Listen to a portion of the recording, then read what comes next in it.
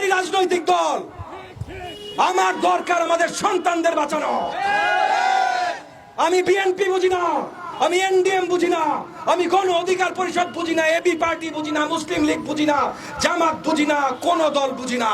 আমি বুঝি আমাদের সন্তানরা রাস্তায় দাঁড়িয়েছে, আমি বুঝি আমাদের সন্তানদের রক্ত ঝরছে, আমি বুঝি আমাদের সন্তানদের লাশ মাটিতে পড়ছে।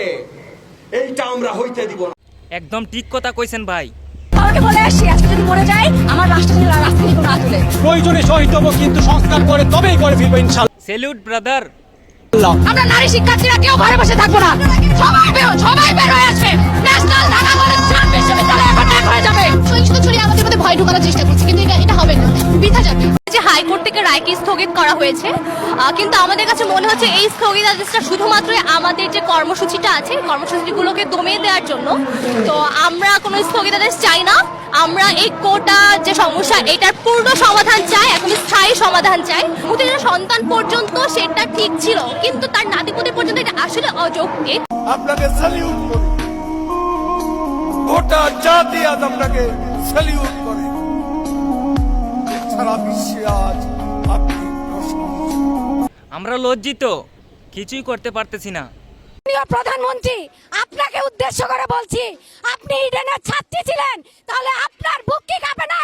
আপনার বোনদের কিভাবে তারা কালকে মারছে, এক ছাত্রী লিখছে আমার বাবা কোনোদিন আমার গায়ে হাত দেয়নি, আর সেই ছেলে সেদিন আমার বুকে হাত দিছে। আন্দোলনের নামে আমাদের শারীরিক নির্যাতন করা হচ্ছে, কেন আমার বুকে গায়ে হাত দিবে?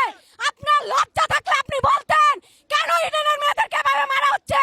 আপনি আন্দোলন করলে সুষ্ঠু পথে আন্দোলন করেন, আপনি কেন এভাবে? আপনি ইডেনে পড়ে গেছেন, তো তাহলে আপনি একটা কথা কেন বলতেছেন না? আপনি যদি নারী হয়ে থাকেন আপনার কি বুক কাঁপতেছে না? আপনি কিসের প্রধানমন্ত্রী? আমরা চাই আপনি রাস্তায় নামুন, আপনি আইসা দেখেন আপনার বাবা যে দেশ স্বাধীন করে গেছে সেটা কি আদৌ স্বাধীন? পারুক আসুক, আমরা প্রস্তুত, আমরা নারীরা আমার ভাইয়েরা প্রস্তুত, তারা যেভাবে পারে আসুক। আমরা আসার সময় আমরা আজকে মরার প্রস্তুতি নিয়ে রাস্তায় নেমেছি। আমরা বাসা থেকে আসার সময় বলে আসছি আমাদের লাশ যদি রাস্তায় পড়ে থাকে আমাদের লাশ কেউ তুলবে না। আমার ভাইয়েরা যখন বিজয় স্লোগান নিয়ে বের হবে তখন আমাকেও জানি আমাকে বিজয় উপাধি দিয়ে যখন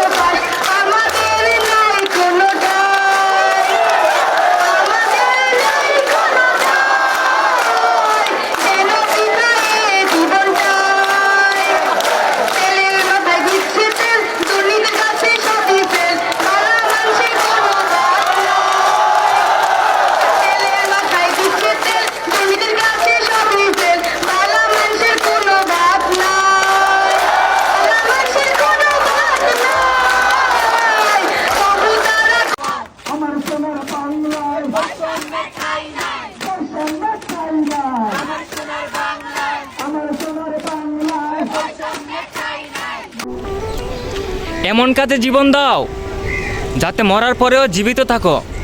স্যালুট আপনাদেরকে, আপনাদেরকে আমরা কখনোই ভুলব না।